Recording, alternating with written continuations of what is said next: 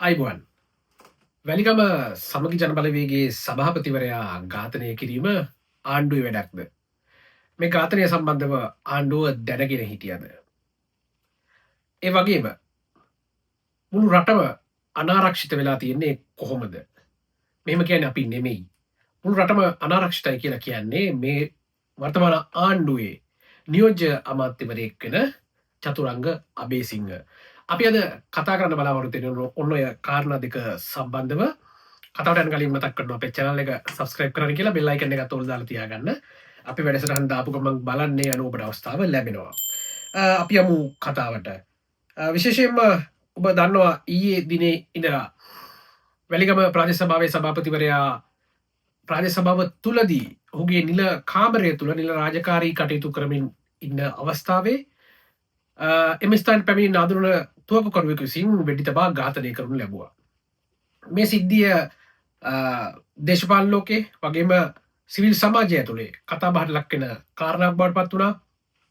ඊට පස්සේ පාර්ලිමේන්තුවේත් මේක විශාල වශයෙන් කතා බහට ලක් වුණා.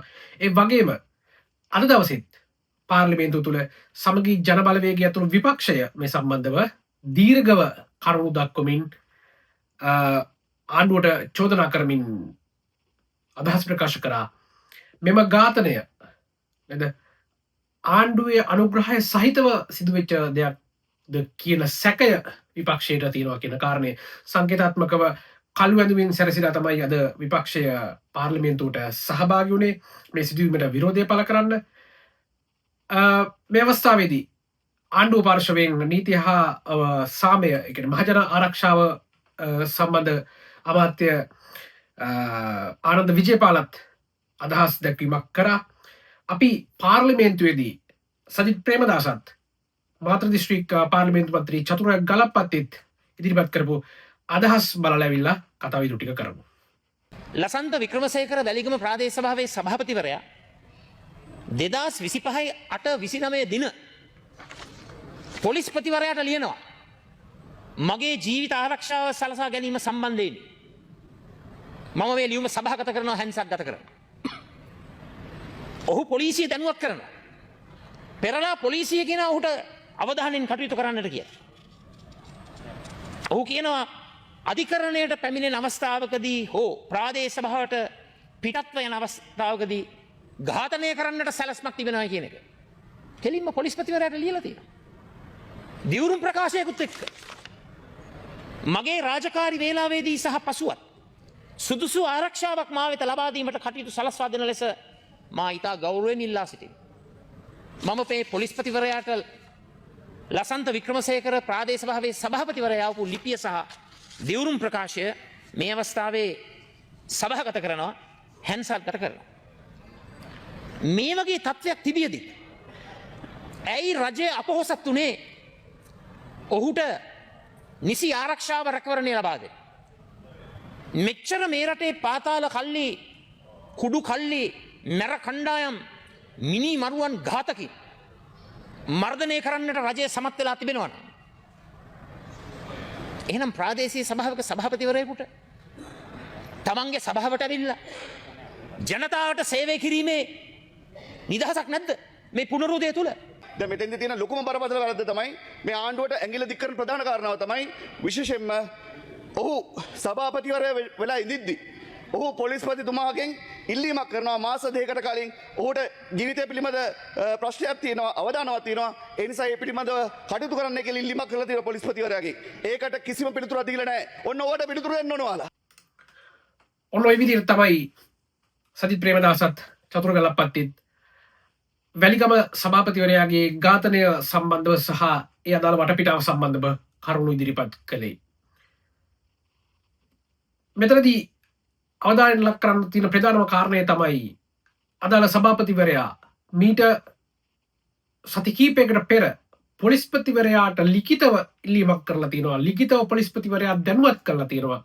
තමන්ට මරණ තර්ජන තියෙන බවට, තමන්ගේ ජීවිතය අනතුරක තියෙන බව පොලිස්පතිවරයාට දැනුම් දීලා තියෙනවා දැනුවත් කළ තියෙනවා ලිඛිතව ඒ දේවල් පොලිස්පතිවරයා වෙතට යවලා තියෙනවා ඒ ලියුම් පවාද සමගි ජන බලවේගයේ නායක විපක්ෂ නායක සජිත් ප්‍රේමදාස සභාගත කරනු ලැබුවා මෙවැනි වටපිටාවක් තියෙද්දි තමයි පොලිසිය විසින් නිසියාකාර වූ ආරක්ෂාවක් සපයන්නේ නැතුව ඔහුගේ ආරක්ෂාව සම්බන්ධව අදාළ කටයුතු සිදු කරන්නේ නැතුව ඔහුව මේ අපරාධකාරයින්ට ඝාතකයින්ට නිරාවරණය වෙන විදියට වටපිටාව සකස් කරේ කියන චෝදනාව විපක්ෂයේ පාර්ශවයෙන් එල්ල කරනු ලැබුවා ඒ අවස්ථාවේ මහජන ආරක්ෂාව සම්බන්ධව අමාත්‍ය ආනන්ද විජේපාල ඒකට දීපු අරුම පුදුම තක්කඩි උත්තරය තමයි මේ ඊයේ දිනේ ඝාතනයට ලක් වූ ලසන්ත වික්‍රමසූරිය හෙවත් මිදිගම ලසා මං පොලිස් තොරතුරු අනුව ලියාපදිංචි අපරාධ කඩුවේ IRC අපරාධ කඩුවෙක් නැත්නම් රජයේ මේ අපරාධ ලේඛනාගාරයේ ලියාපදිංචි අපරාධ කඩුවෙක් හැටියට තමයි ප්‍රසිද්ධ වෙලා තියෙන්නේ. ගරු සභාපතිතුමනි ආරක්ෂාව දෙන්නේ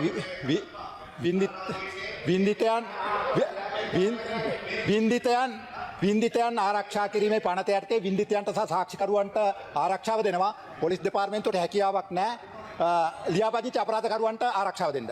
එතුමා කියනවා මේ එතුමා ඊයේ කිව්ව ප්‍රකාශය සහ මේ පොලිසිය ලියාපදිංචි තබකරු මේ අපරාධකාරයෙක් කියලා. නමුත් කාරණාව තියෙන්නේ මේ රටේ ඝාතනයක් වෙච්ච ගමන් කියන්නේ මොකද? එක්කෝ මේ අපරාධ මේ කාරයෙක් නැත්නම් කුඩුකාරයෙක්. ඔන්න ওই දෙක කියලා මේ ගැලවෙන මේ ක්‍රමයක් තියෙන්නේ. මොකද මේ ආණ්ඩුව? ඉතින් ඕම කරන්න ඕගොල්ලෝ නැහැ. ඔක ළමයිකට පාර දෙන්න. මොකද මේ කියන්නේ ආරක්ෂාව සම්බන්ධව ආරක්ෂාව ඉල්ලලා වැලිකම සභාපතිවරයාගෙන් පොලිස්පතිවරයාට ලිපියක් ලැබුණත් ඉල්ලීමක් ලැබුණත් ආරක්ෂාව නොදුන්නේ ඔහු අපරාධකාරයෙක් නිසා ඔහු IRC කාරයෙක් නිසා ඔහු ලයිස්තුගත අපරාධකාරයෙක් නිසා කියලා අතපිහිද ගන්න හදනවා ආනන්ද විජේපාලලා නේද මේ ඝාතනයට ලක්වෙච්ච වැලිකම සභාපතිවරයා තමන්ගේ ජීවිතයට තර්ජනයක් තියෙන කියලා ආරක්ෂාව ඉල්ලන්නේ පාතාල සමාජිකයෙක් විදිහට නෙමෙයි. ඌ මේ ආරක්ෂාව ඉල්ලන්නේ දේශපාලන නියෝජිතයෙක් විදිහට මහජන නියෝජිතයෙක් විදිහට. එතකොට තමන් ප්‍රජාතන්ත්‍රවාදී විදිහට දේශපාලනයට ඇවිල්ලා ප්‍රජාතන්ත්‍රවාදී විදිහට දේශපාලනය කරලා තමන් මැතිවරණ ඉදිරිපත් වුණු පක්ෂයෙන් ජයග්‍රහණය කරලා තමන් කොට්ටාසය 80ක චන්ද ප්‍රමාණයකින් ජනතා ප්‍රසාදයකින් ජයග්‍රහණය කරලා නීත්‍යානුකූල විදියට ඒ සභාවේ සභාපතිවරයා බවට පත්වෙච්ච දේශපාලකයෙක් ඔහු. ඒ දේශපාලකෙක් විදියට තමයි මහජන නියෝජිතයෙක් විදියට තමයි පොලිස්පතිවරයාගෙන් ප්‍රජාතන්ත්‍රවාදී අයිතිය භාවිතා කරමින් ඔහු ආරක්ෂාව ඉල්ලන්නේ. එතකොට පොලිසියට කොහොමද අයිතියක් තියෙන්නේ මහජන නියෝජිතයෙක් තමන්ගේ ජීවිත ආරක්ෂාව පතා ඉල්ලන ඉල්ලීමක් මේ විදිහට බැහැර කරන්න.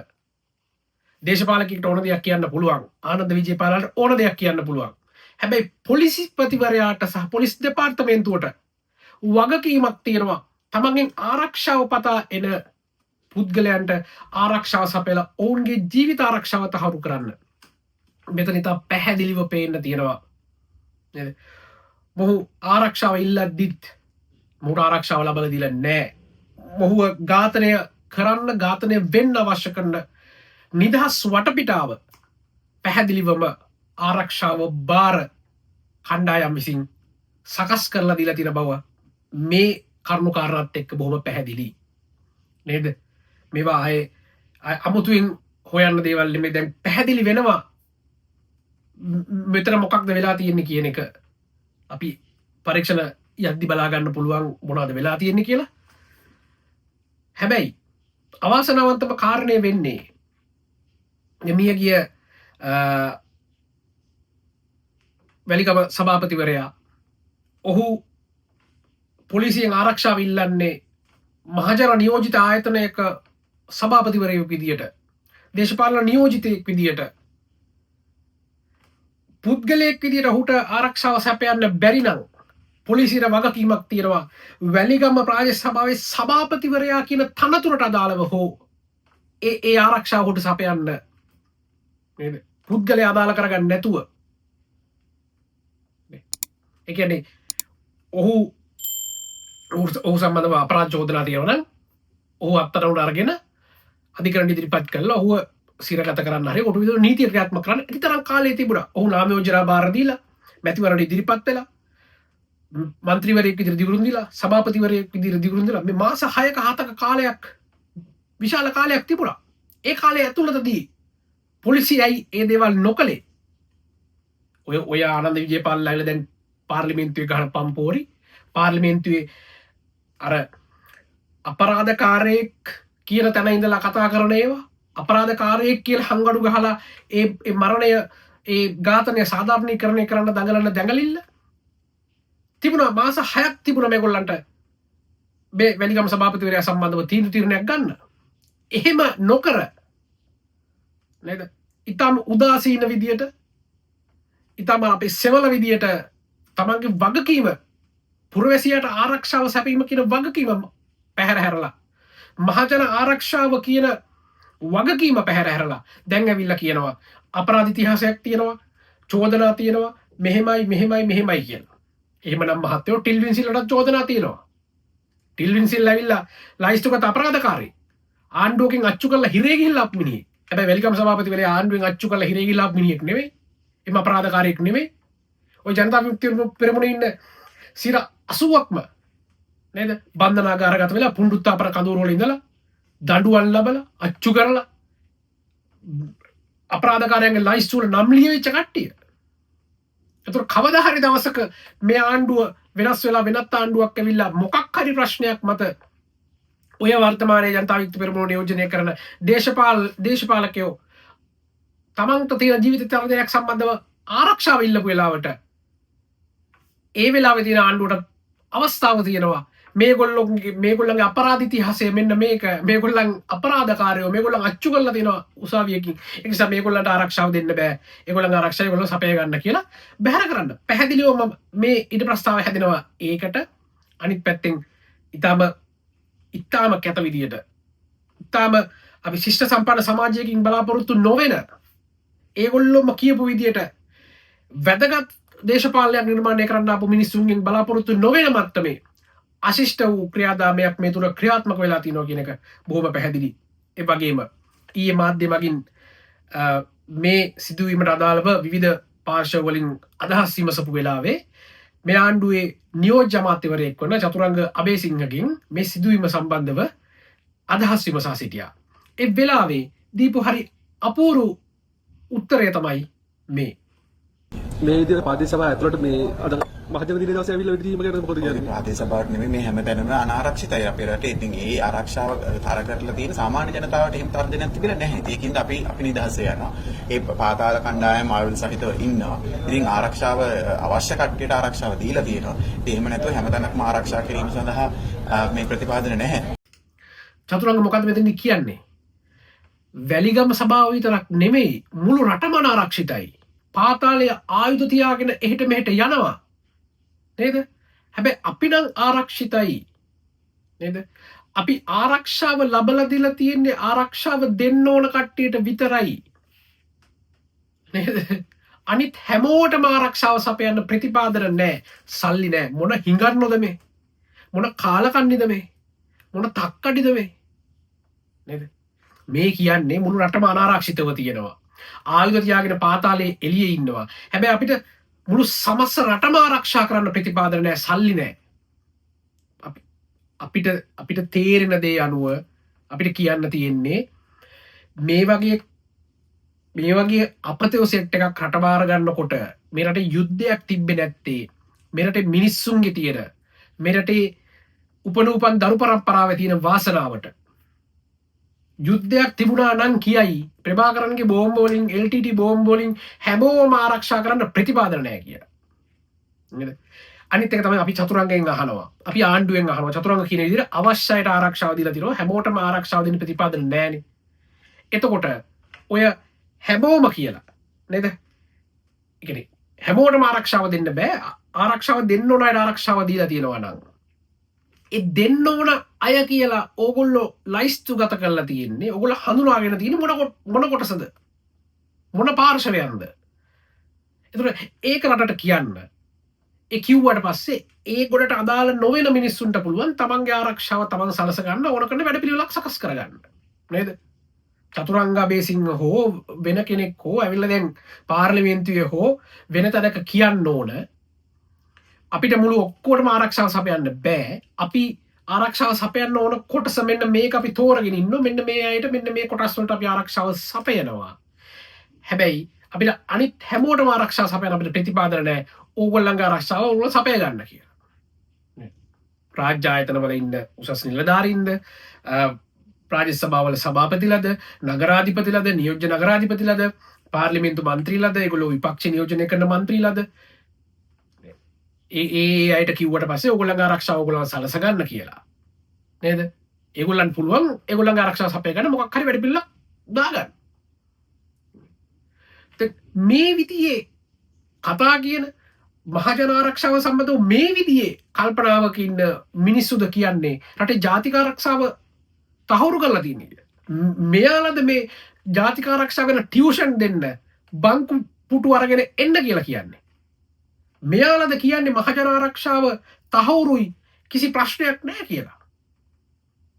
අපිට තේරෙන්නේ මොකද්ද මේ දෙබිඩි කතාව කියලා. එක පැත්තකින් කියනවා ප්‍රතිපාදන නැහැ සමස්තේම ආරක්ෂා කරන්න කියලා. අපි ආරක්ෂාව දෙන්න ඕන ආරක්ෂාව දීලා දිනවා කියනවා. පාර්ලිමේන්තුව ඇවිල්ලා කියනවා මහජන ආරක්ෂාවට කිසි ප්‍රශ්නයක් නැහැ මහජන ආරක්ෂාව තහවුරුයි කියලා. මොකද්ද මේ දෙබිඩි කතාව?